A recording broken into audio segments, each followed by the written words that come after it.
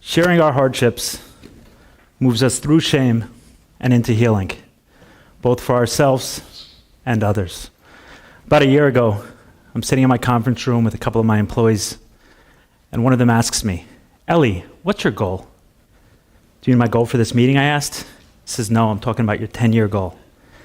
I looked him straight in the eye, and I said, "My number one goal is to never watch porn again."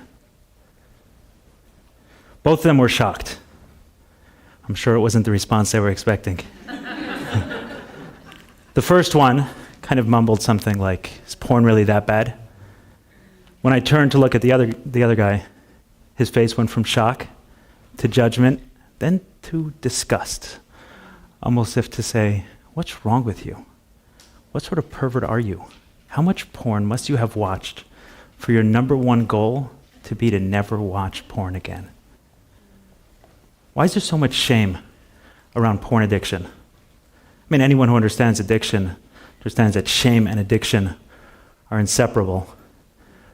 But if we were to stack the different addictions and rate the one that has the most shame, certainly we'd put sex addiction and include it in that porn addiction at the top. All of us, certainly me. I've been at dinner and a friend would say, "Hey, I'm not drinking anymore." Others would say, "I don't gamble anymore."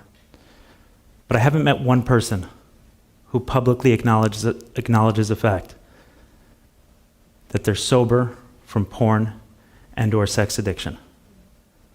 So now you guys have met someone. Fortunately, the thing about shame is that shame is much bigger than addiction. According to some psychologists, shame is the single biggest cause of most of our psychological problems. So it's certainly an issue that's worth addressing. And if there's an idea that can make a dent in the amount of shame we feel, certainly it's an idea worth spreading. Fortunately, there are many subjects that were once steeped in shame and stigma, and today are much less so. Domestic violence, even HIV, child sex abuse, and many others. And what I've seen, and I think you'll see if you look at it, is for a conversation to change, it needs people to share their stories. So we're able to humanize people who once had this issue. Take Ryan White. Many of you may know Ryan White. He was a 14-year-old kid living in Kokomo, Indiana, who got HIV from a blood transfusion. He completely shattered the stigma of what we thought someone who had HIV was. A 14-year-old kid who got it from a blood transfusion, that's not what we thought. The bill that Congress passed that funds the help, awareness around AIDS is actually called the Ryan White Cure Act.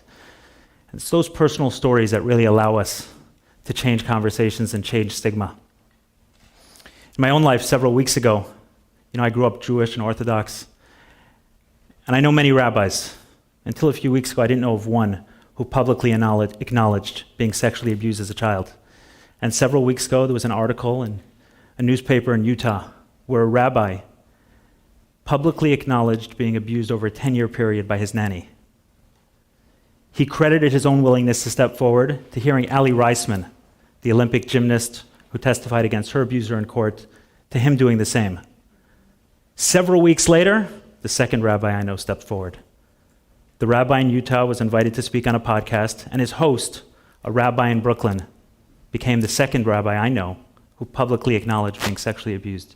Sharing stories changes the conversation.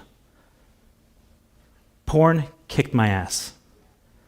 But before I tell you how I met porn, let me bring you back to who I was.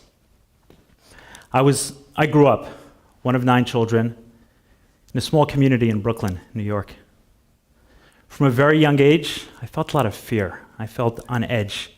Something was going to go wrong always. The one place I didn't feel this way, in the home of my grandmother. As soon as I stepped through the threshold of her apartment, it just seemed like the noise stopped.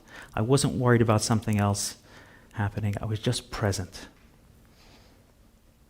And I looked forward to those times we went to her home.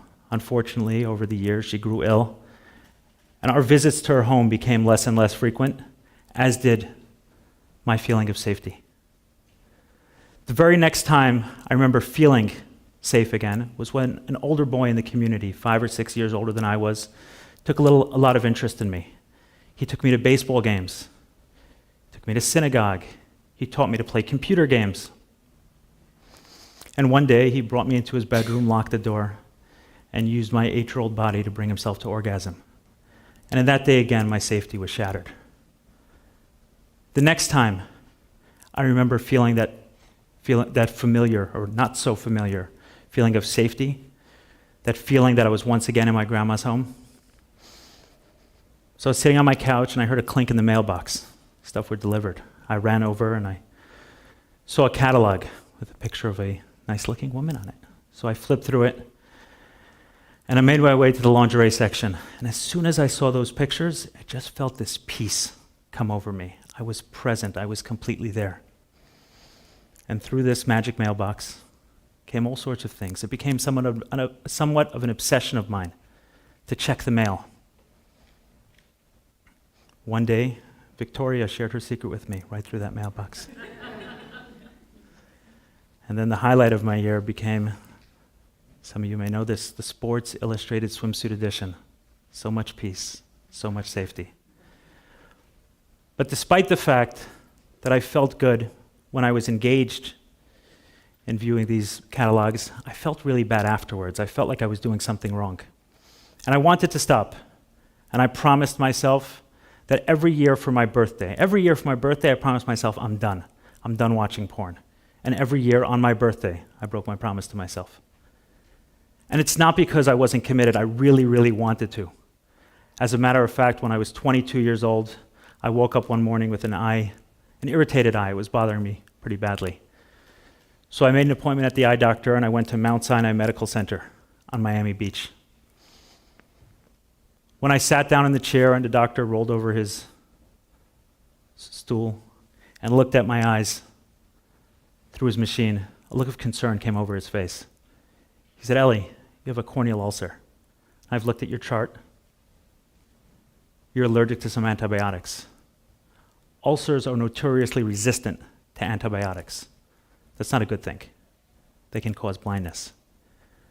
What I'm going to need from you is to come to my office every single day for the next 14 days so we can monitor how the ulcer is reacting to the antibiotics. Is treatment working?" I left his office in sheer terror. I was convinced I was losing my eyesight, and I was further convinced that the reason I was losing my eyesight was because I was misusing my eyes. I was watching way too much porn. In that moment, I made a deal. I made a commitment with the universe, with God, with karma, with whoever had this power, that if somehow, some way, this ulcer would clear up, I would never watch porn again. The second day, I returned to the doctor, no improvement. When I left his office, my commitment was that much stronger, that much more firm. I was never going to watch porn again if this ulcer would clear up. The third day, I came back to the doctor. He looked at me and he said, "I got good news." He thought he was sharing one piece of good news with me, but he was really sharing two. He shared with me that the ulcer was responding to the antibiotics and I'd be okay, although he did want to see me. He did want to continue to see me. But the second piece of good news was that I was done with porn. I had a deal. It was over. I was never watching porn again. I left his office ecstatic. I've never felt